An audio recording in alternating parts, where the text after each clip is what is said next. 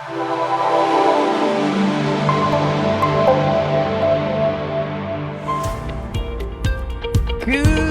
morning, Max. How are you doing today? I'm doing well. Julien, how are you? You look good. There's a little crease in the brow, though. I think you may have some worry, something that you need to talk about. Maybe get off your chest. I don't know. Honestly, I've been thinking through my story, the one I'm about to share today. I can't tell whether it's a good or a bad story. I strangely kind of feel good about it, even though it has some elements that should get me crazy. But ultimately, I think that's a good story. But what about I let you be the judge of it? All right. I was going to say crazy is what we're all about in therapy, so I guess you better get on the couch. So I have hobbies, right? We all have hobbies. I used to love developing websites and creating stuff, and well, I had a baby, so all of that disappeared. Now it's changing diapers. And well, that's I wouldn't count it as a hobby though, but yes, I do that too. No, now I started doing something that I find incredibly fun and time consuming. When my girl was born, I started creating books for her.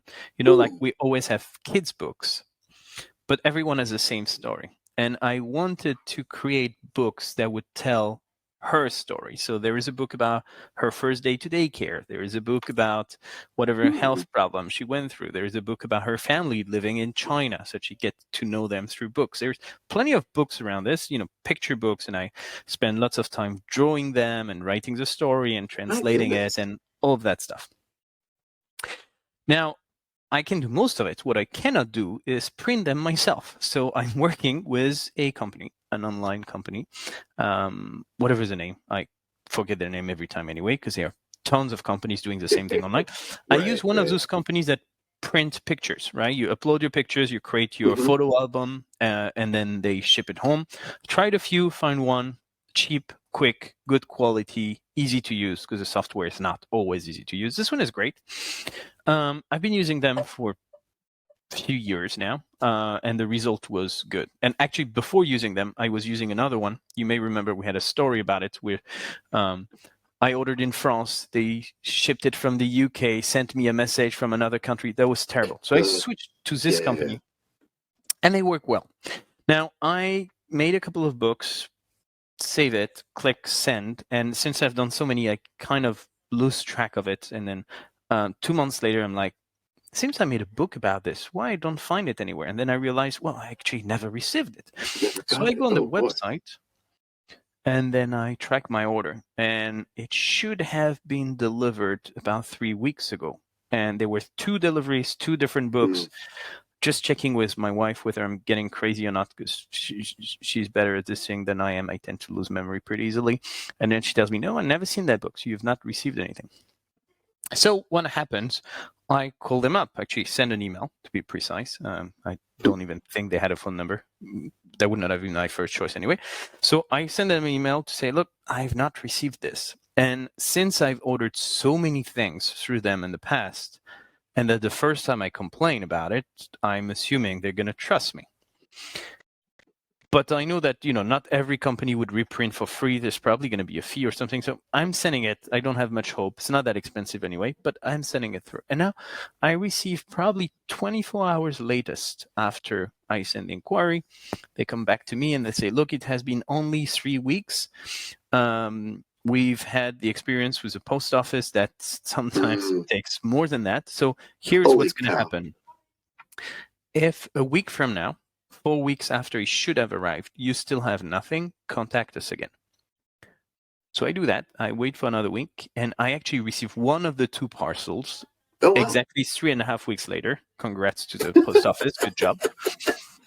So 3.5 weeks plus, there was already a week delivery, so a month plus before I receive anything. Wow. But the second parcel still does not arrive. But I'm thinking, hey, it took the other one a month. Maybe this one, let's wait a little longer. But nothing arrives. So I send them back another message and say, look, you were right. The first one arrived late, very late, but it arrived. The second one, still not coming. It has been 5 weeks now. You told me 4 weeks max. Say, no problem. Here's what we're going to do. We're going to tell you exactly what to write. You're going to take a blank sheet of paper. You're going to take a pen and your most beautiful writing, and you're going to write a letter saying, I translate roughly something like, I, Julien Rio, swear that I did not receive parcel A, B, C, D on that date, signature, and all of that. Now, we don't need you to send it to us by letter. We just need you to take a picture of that and send it to us. That will be a proof of good faith that you actually did not receive it. So at first, when I read the email and I'm thinking, do you need me not only to send a letter, but to write it by hand, which is something I've not done for years now. This is the weirdest e-signature story I've ever heard. So I was kind of angry with the process, but then I went through it. And then when I realized they did not need me to send anything, just take a picture, which back to digital. I was like, well, okay, it cost me 3 minutes and a sheet of paper and a little bit of ink. I'm sure I'm going to survive. I did it. Now, just a few hours later, they get back to me. They say, thank you for that. The production of your book has been restarted. You're going to receive it within a week. And this time we put it as a priority shipment so that you have tracking number and all of this. Won't do that. And if something happens, and that's going to cost you nothing. And then after doing all of that, and I received a book and everything was fine. And after doing all of that, I was just like, this thing that originally could have made me angry is actually the smarter thing they could do, because they force me to pay some effort, but a fair limited amount of effort. They are not asking me to go to the post office and line up. It's just take a paper and write a few words. Someone who would just like to cheat to get a free book would probably not even bother doing this, or they would do it so often that they would be caught. But for someone like me who was doing it with good faith, it's just a little bit of effort to show good faith. And I'm just thinking, that's a weird thing to do, but that's a smart thing to do. And that's why I tend to feel that was probably a good story and something I've never experienced anywhere before. So that's it. What do you think? What are your thoughts here? Well, I share your never experienced, never heard of anything like that before. I'm drawn to the old schooliness of it, physical paper, handwriting, signature. It is ironic given how, it feels like, 10 years from now, we'll never physically sign anything again. It'll all be e-signatures and it'll all be whatever. I agree. It's a very reasonable ask, because like you said, I'm sure it was a 3-minute process 7-minute process to get the paper, write the thing, take the picture, send the email. It's just, but not very hard, not an unfair demand. It sounds like your thing had to be a sentence. It wasn't like you needed to write a novel saying all the details or anything like that.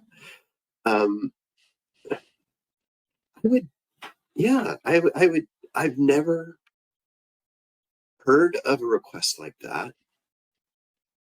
Even, some other flavor. I can't even think of a different sort of ask that's just a similar, Because I think I can tell you why I like this, because I've been to two extremes. I've been to some website that don't ask any question. I think a good example, I've used once or twice in the past. Now they are banished in France, I believe. But I've used Wish. I don't know if Wish is still something that exists in the US or not. Wish is this incredibly cheap platform from China where you buy from local vendors bullshitting on every possible price with crappy quality products, but insanely cheap. And you get that stuff shipped home. I don't know that one. All of those fantastic stuff you absolutely do not need, but you're going to pay for it because it's attractive. Exactly. I've tried this platform a couple of times, never again.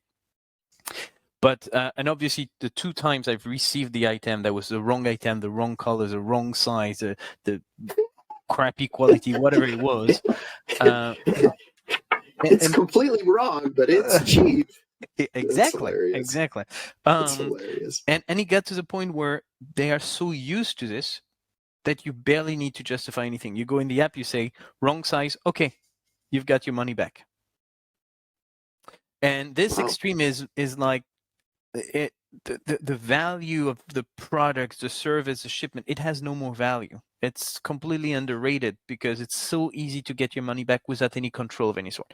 And then I have the other extreme, which is probably more like Amazon, I would say, which you would need to return the product. Not all vendors, some vendors, you would need to return the product. They would somehow make it easy for you. Just have to print the label, but you need to repack it yourself. You need to line up at the post office because it's not Right, like if a right. parcel could go in your mailbox.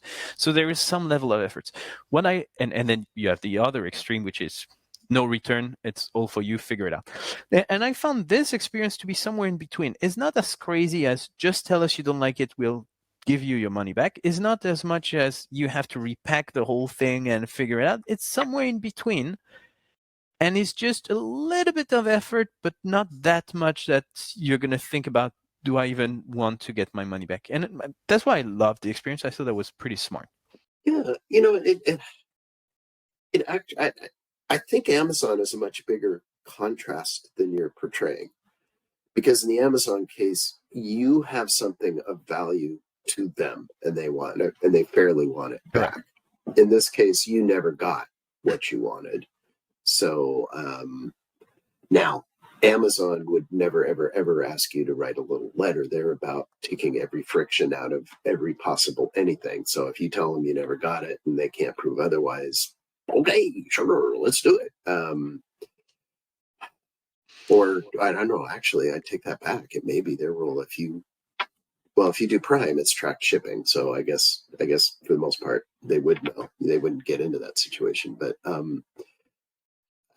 so I think there is a significant difference with that. But you're right. There's the contrast of efforts, and Amazon a lot of times will just say, it's going to cost us more to restock this. Just go ahead and keep it. And these other guys just sound fascinatingly sloppy. Now I want to go look at them and just check it out and buy something just for the entertainment value of the experience. But on a side note, I think you give too much credit to tracked mail. I don't remember if that's a story I've told or if that's a story of purely experience for myself. I've had the experience not too long time ago of something being shipped, tracked with a number, and the website where you can track where your parcel actually is, called as delivered at the time and day where I was in my kitchen looking at the mailbox. I guarantee no one rang the bell, no one put anything in my mailbox. It's still checked as delivered. So I don't give so much credit to yeah, track mail. Yeah, you're the guy who had packages left in the rain and all the. Yeah, I'm not surprised that is me. You've got that. I don't think it's all that different here as far as that goes. That's fair. I honestly, the word that strikes me on this is charming. It's something about physically writing it. There's a kinesthetic experience of doing that, and because it's a reasonable thing, you're not like, why do they make me? I guess some people probably would react that way, but it's almost, the fact that you did a small physical act is almost a connecting thing, if that makes sense in a weird, twisted way. And I like it. I think this is I would give this a very positive experience. I think it was straightforward. One email, one thing to write, one picture. I get my parcel back. Didn't cost me anything. And again, it was just painful enough that I had to prove I really wanted it, but not painful enough that I would give it up. I think that was a brilliant experience. Now, I would be interested to know how they track it. to see whether people can actually abuse the system or whether it's actually done in a way that someone who's always claiming they don't receive anything, they would start raising some alarms, which would be great. But I think that was brilliant. I think that's a good way to just put the cursor at the right place to make sure everyone is happy and everyone is winning. Yeah, and I mean, how much can you really abuse this? Because what you're abusing is a book you built. So it's not like I can do thousands of these and make real money doing it. I could be a despicable person who wants his lovely books for his child that he thoughtfully built for free, and he doesn't care if he's screwing the company that's going to print them for him. But I don't think that's going to run that company out of business. And yeah, I'm sure, I would hope they have something that, you know, if you do this more than twice a year or something, they're going to say no, or yeah, within a year you try to do it again and be a little more like, sorry. But I don't know.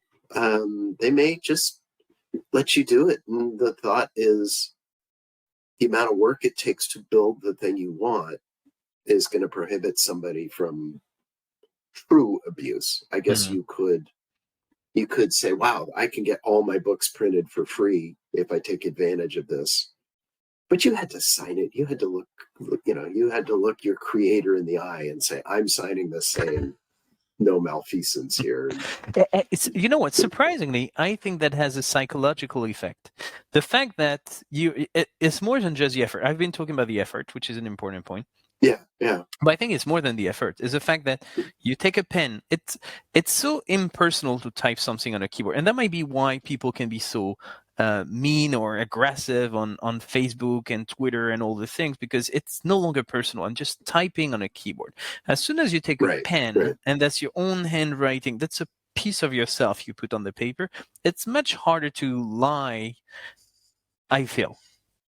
And you signed your name. You didn't not put a name, and your name was some anonymous, purple unicorn. That you don't know. I may have. Yeah. Well, that's true, but not to these guys. So yeah, well, I feel good about this. I feel that was ultimately a good story. Can we agree on that? It was a good, positive story. Yeah, I mean, it's back to one of your famous themes, which is shipping breakdowns. Yeah. But and who knows? You may, somewhere in the summer, you may be lounging around out in the sun somewhere, and the delivery guy's going to come up with a book from many months ago, and you'll end up with two. Yeah, well, when I see those guys from either the post office or DHL or UPS or FedEx, never had FedEx, that come knock on my door, it just reminds me of what's the name of the movie, Castaway? It feels like they might have had my parcel for 5 years on some kind of island, and they just remember they had to ship it. There must be something. It must be interesting to live the life of a parcel every now and then and figure out what weird places you're visiting before being delivered properly. But that's probably a story for another day then. I think you're right. I'm not sure how we. Maybe I'll ship myself to you, and then I'll tell the tale of what happened. I tell you something. If you ship yourself to me, you may not be able to enjoy the launch of the Alaskan airline, but there will be a much cheaper ticket to reach France. So probably something worth trying. Until you try, I wish you a happy Christmas season, my dear Max. We have one last episode, I believe, before the end of the year. And I think you'll have the last episode of the year. So you must come up with something cool. I think I got a big story for that one. So, all right. Well, good to see you. Great story, and we'll talk one more time this year, and then we'll move in. We'll move into 2023. That's a statement to make. Sounds perfect. Thank you so much, Max. Have a beautiful rest of your day. Happy holiday season, and talk to you next week. Same to you. Thanks, Julien. Bye.